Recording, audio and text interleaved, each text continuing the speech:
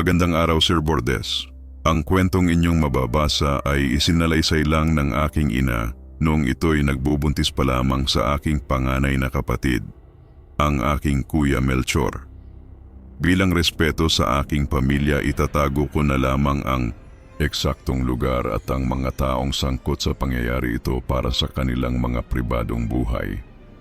Bumisita kami ng aking asawa sa bahay ng aking mga magulang para kamustahin ang mga ito. Habang kami ay nasa hapag na pagkwentuhan namin ang mga kababalaghan, nararanasan ng bawat isa, hanggang sa naikwento ng aking ina ang tungkol kay Bernadette, ang kaisa-isang anak ni Dr. Sanchez. Napakagandang dalaga raw ni Bernadette, kaso nga lang nayanggaw daw ito simula ng mapakain sa isang fiestahan sa isang liblib na baryo sa Bicol. Taong 1970, nagtatrabaho pa ang aking ina noon sa Miranda Bookstore sa May Sampaloc, Manila. Nagkakilala si Nanay Maylin at Tatay Gaspar ko sa penpal o padalahan ng liham. Noon kasi hindi pa uso ang cellphone at mga gadget na meron tayo sa panahon ngayon. At bibihira lang ang may mga telepono sa bawat tahanan. Si Tatay Gaspar lang ang tanging sinagot ng aking Nanay Maylin. Kahit na umano may nanliligaw na Amerikano sa kanya. Ayaw daw niya sa foreigner kasi baka paasahin at lokohin lang siya, katulad ng nangyari din sa panahon natin ngayon. Sa unang date nila ay kumain sila sa isang restaurant malapit sa pinagtatrabahuhan ng aking ina, hanggang sa nabuntis siya ng Tatay Gaspar ko. Noong mga panahong iyon ay nakasakay sa barko papuntang Africa ang aking ama. Isa kasi itong seaman. Kaagad ipinaalam ng aking tatay sa kanyang nanay na nandito sa Batangas na mismo ang aking Lola Lucia. Nakasulat sa liham na ipinadala ni tatay na buntis po ang aking nobya na si Maylin at anak ko ang dinadala niya. Patawarin po ninyo ako, nanay, pero umaasa po ako na tanggapin ninyo si Maylin bilang ina ng aking anak. Nabigla umano ang ina ni Tatay Gaspar sa nabasang liham. Agad na tumulak sa Maynila ang aking Lola Lucia kasama ang mga kapatid ng aking tatay at ang ibang nakakatanda sa aming pamilya para pagpulungan ang sitwasyon tungkol sa pamanmanhikan sa pamilya ni Nanay Maylin. Kababa lang noon ang barko ni Tatay Gaspar noong mabuntis ang aking ina. Mahaba ang naging pahinga niya sa Pinas. Matapos mapag-usapan ang taon at araw ng pagpapkasal ay naging maayos naman daw ang lahat. Makalipas lang ang isang buwan ay umakyat na ulit sa barko ang aking ama para magtrabaho patungo sa bansang Panama, lula ng isang malaking cruise ship. Halos nalibot na noon ni Tatay Gaspar ang maraming bansa dahil sa seaman nga ito. Sa pagtigil ng aking ina dito sa Batangas ay inaalagaan naman siya ng maayos ni Lola Lucia para maging malusog ang pinagbubuntis niya. Ang aking Kuya Melchor, isang araw habang nagwawalis umano ang aking Nanay Maylin sa bakuran, ay may isang magandang babae ang lumapit sa kanya. Hinawakan ang tiyan niya ng babae at nagwika, "Ilang buwan na ang tiyan mo?" Tanong ng babae.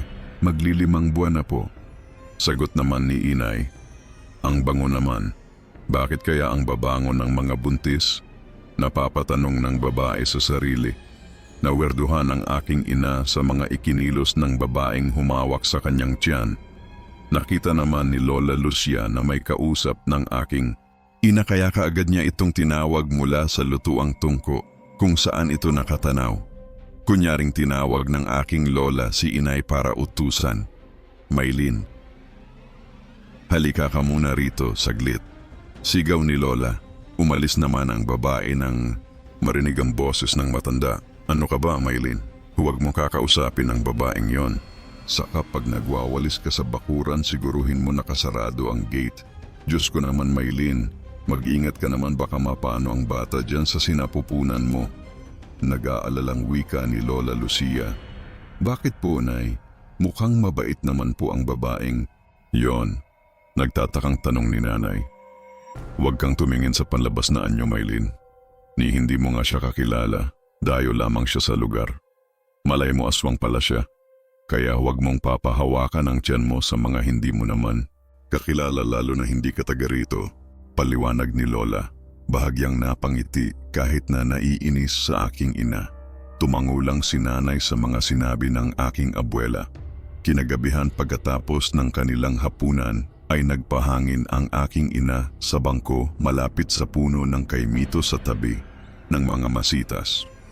Habang nagpapahinga ang aking ina ay may naaninag siyang figura ng isang tao sa may bakanting lote doon sa may kabilang kalsada. Sakto namang lumabas ang Lola Lucia ko at niyaya ang aking ina na pumasok na sa loob ng bahay. Ang tigas talaga ng ulo mo, Maylin. Diba, sinabihan na kita na huwag kang lalabas ng ganitong oras. Nalingat lang ako saglit nandito ka agad sa labas. Alam mo ba na bantog sa lugar namin ang aswang na si Bernadette? Kaya dito ka. Lang sa loob ng bahay at baka maamoy ka ng aswang. Palatak ni Lola Lucia, nagsasalubong ang kilay sa katigasan ng ulo ni Nanay Maylin. Napabuntong hininga na lang ang aking ina kasi ang ganda na ng pagkakaupo niya sa bangko habang ninamnam ang preskong hangin. Kinaumagahan ay may mga bisita na dumating sa kapitbahay sa tabi ng tahanan ni Lola Lucia. May malaking terasa kasi ang kanilang kapitbahay. Open na open lang ito, gawa sa makalumang disenyo. Kaya kita ang mga tao sa terasa at marininig nila ito. Noong mga oras yon, naghuhugas ng mga plato ang aking ina habang nakikinig sa usapan ng mga matatandang kapitbahay. Ayon sa usapan nila ay kinatatakutan talaga nila si Bernadette dahil naging aswang na ito. Hindi naman daw yun magkakaganon kung hindi isinama ng kanyang kaklase na taga Bicol, hindi raw ito mayayangaw. Kawawa umano ang ama nitong doktor, palagi na lang sumasakit ang ulo sa tuwing inaatake ng pagiging aswang ang anak na si Bernadette. Kailangan pa itali para hindi makapaminsala. Walang lunas dahil kumalat na ang pagkakayanggaw sa buong katawan at sinakop na ang isipan. Wala na umanong lunas. Narinig pa ni Nanay Maylin mula sa isang matanda na si Bernadette raw ay nakatakas nung isang gabi. Natagpuan ito ng kanyang ama sa may ilog na halos duguan ang damit. Dahil sa mga narinig ng aking ina sa mga matatanda, ay maliwanag sa kanya ang lahat kung bakit maraming ipinagbabawal ang aking abuela. Palaging pinagsasabihan na huwag lumabas sa gabi at baka maduno siya ng aswang. Matagal na palang kilala ni Lola Lucia ang aswang na si Bernadette. Dahil isang kagalang-galang na doktor ang ama ng nayanggaw na dalaga, ay walang mga tao ang gusto manakit kay Bernadette. Sobrang nag-alaala umano ang aking abuela sa ipinagbubuntis ni nanay dahil ito ang unang apo niya kay Tatay Gaspar. Tanghaling tapat umano nang magsyalisan ang matatandang bumisita sa kanilang kapitbahay. Habang nananghalian sina Nanay Maylin at Lola Lucia, ay biglang dumating ang kartero na si Mang Kulas sa tapat ng kanilang bahay. Tao po. Sulat po para kay Maylin, galing kay Gaspar. Sigaw ng kartero.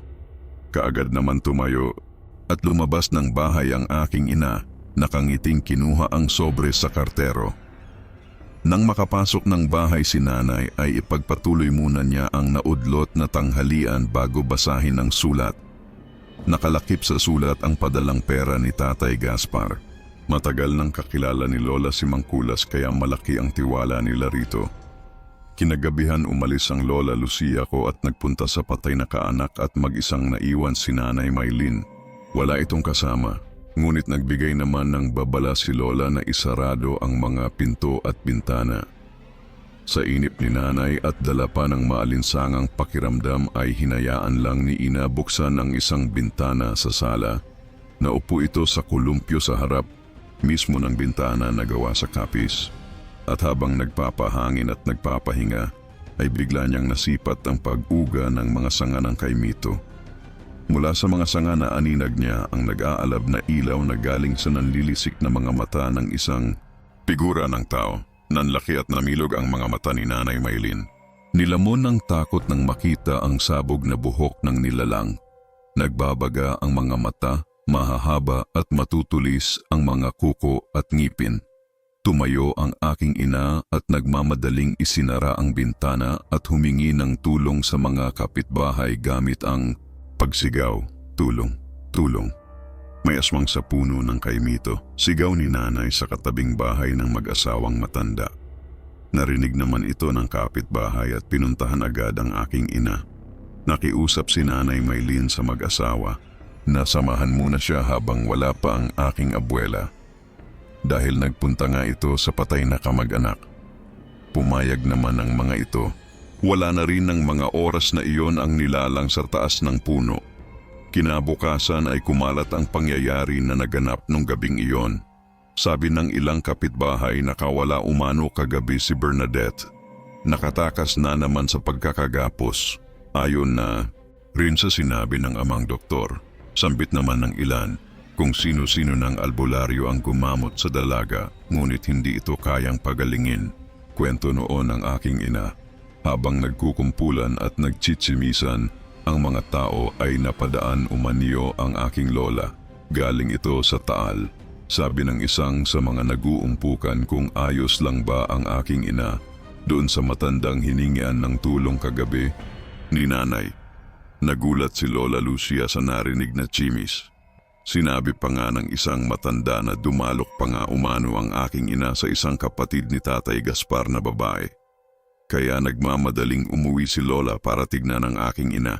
Ayos ka lang ba, Maylin? Nabalitaan ko binisita ka raw kagabi ni Bernadette? Bulalas na tanong ni Lola sa aking ina nang makauwi ito sa bahay. Okay lang po, Nay. Sinamahan ako ng ating kapitbahay. Tugon na naman ni Nanay. Paliwanag ni Lola sa mga narinig naman niya sa kanto. Nakatakas umano si Bernadette kagabi.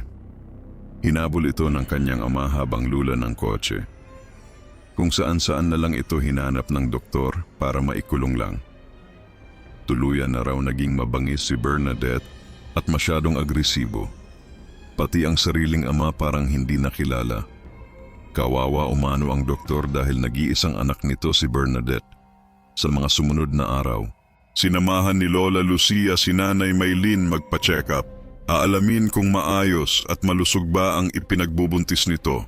Matapos masuri ng doktor ang aking ina at malaman ayos lang naman ang bata ay agad naman silang umuwi. Pagkarating nila sa bahay ay nadatnan nila ang aking tiyahin galing pang Maynila. May dala itong pasalubong na kastanyas, sariwang prutas, gatas ng baka. Para daw yun kay Lola Lucia at kay Inay. Kwentuhan at tawanan ang madidinig sa loob ng tahanan. Kaya pala unuwi ang aking tiyahin dahil may lalakarin itong papeles. Kinaumagahan ay umalis na ang aking tiyahin upang kolektahin ang mga dokumento. Pagkatapos ay diretso na itong mangingibang bansa para doon magtrabaho.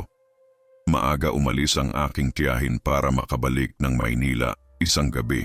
Sobrang tahimik ang kapaligiran ay alanganing oras na gising ang aking ina. Nung mga oras na yon ay gising pa ang aking lola.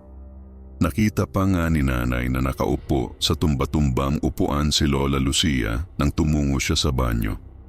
Ilang minuto lang ang nakalipas ay may narinig silang dalawa na mabibigat na yabag ng paa na naglalakad sa bubungan. Sa tapat ng bahay nila ay may tumigil na sasakyan na walang iba kundi ang ama ni Bernadette. May dala-dala itong lubid ng bumaba sa kotse na ipanggagapos sa kanyang anak. Nagulat umano sina Nanay at Lola nang tumingal sa itaas ng kanilang bubong ang doktor.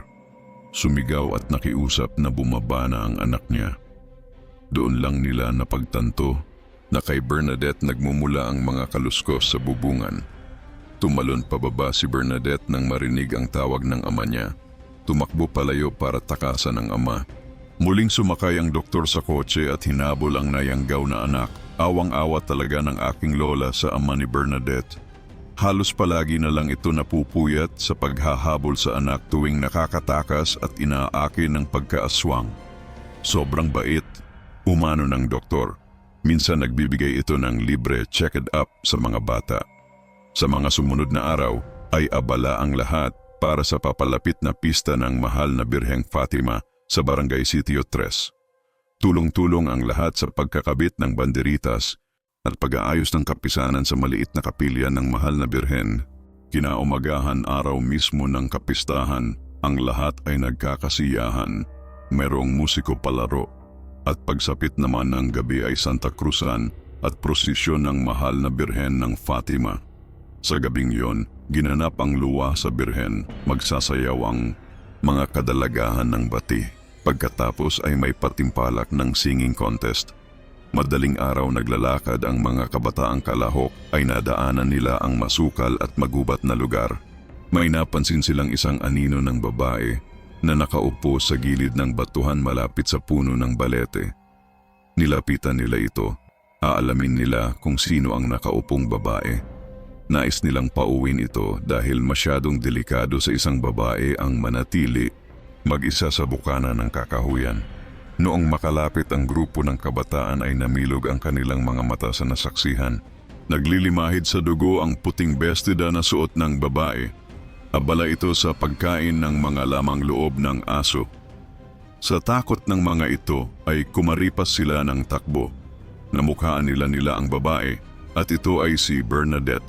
Pagputok ng araw, kumalat ang balitang yon. Narinig ito ni nanay habang nagwawalis sa bakuran sa mga taong napapadaan sa kalsada. Kahit ang may-ari ng aso ay hindi nagreklamo. Nauuwaan nila ang sitwasyon ni Bernadette. Higit sa lahat ginagalang ng mga tao ang ama ng dalaga. Maraming nagsasabi na iparehab na lang si Bernadette, ngunit ayaw ng doktor. Mahal na mahal nito ang anak niya. Biktima lamang si Bernadette. Umaasa pa rin ng Ginoo na gagaling ito. Sa pag-aalalang baka aswangin si Nanay Maylin, nagpasya sina Lola na doon muna manirahan sa Maynila. Pumayag naman ang Tatay Gaspar. Sa Maynila, tahimik na muhay ang akin ina at si Lola. Naging maayos ang bugbubuntis niya. Pansamantalang nakatira si Nanay kina Lola Corazon sa Tondo. Si Lola Corazon nga pala ay kapatid ng ina ng aking nanay.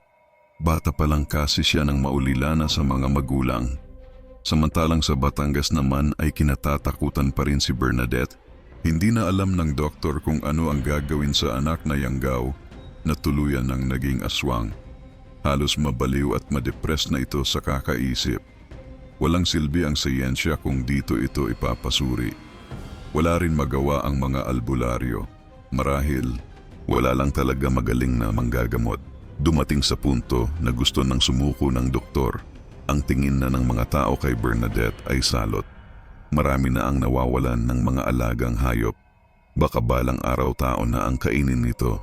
Makalipas ang ilang buwan ay tuluyan nang nakawala si Bernadette. Hindi na ito mahagilap ng ama. Nilibot na ng doktor ang buong Bawan, Batangas, ngunit walang Bernadette na nakita. Nanlumo ito sa pagkakawala ng anak. Hindi niya alam kung saan na ito pumunta. Hanggang sa isang araw ay nabalita ito sa isang dyaryo na may nahuling aswang. Sa Lian, Batangas, kaagad na tumulak ang doktor sa nasabing lugar. Pagkarating niya roon sa Barangay Santo Cristo, Lian, Batangas, ay agad niyang namukhaan ang kanyang anak na si Bernadette. Nakakulong ito sa isang malaking hawla na gawa sa bakal na rehas. Gula-gulanit ang pangtaas at pangbaba nitong damit na nanglilimahid pa sa dugo. Nakasiksik ito sa isang sulok ng kulungan. Takot na takot sa mga taong nakabantay at nakamasid sa kanya. Nang makita ito ng kanyang ama ay kaagad itong nanghingi ng tuwalya upang ipangtapis sa kawawa niyang anak. Kaagad niyang pinakiusapan ang mga taong nandoon na huwag nang sasaktan ang kaniyang unika hija. Tinawag naman ng mga taga roon ang kapitan ng barangay at nakiusap ang doktor na pakawalan na si Bernadette. Sinabi na wala lang ito sa sariling katinuan kaya nagawang mangbiktima ng mga hayop. Ipinaliwanag din ng doktor kung bakit nagkaganon ang kanyang anak at kung papaano ito nayanggaw. Naawa naman ang mga tao sa doktor kaya pinakawalan nila ang dalaga.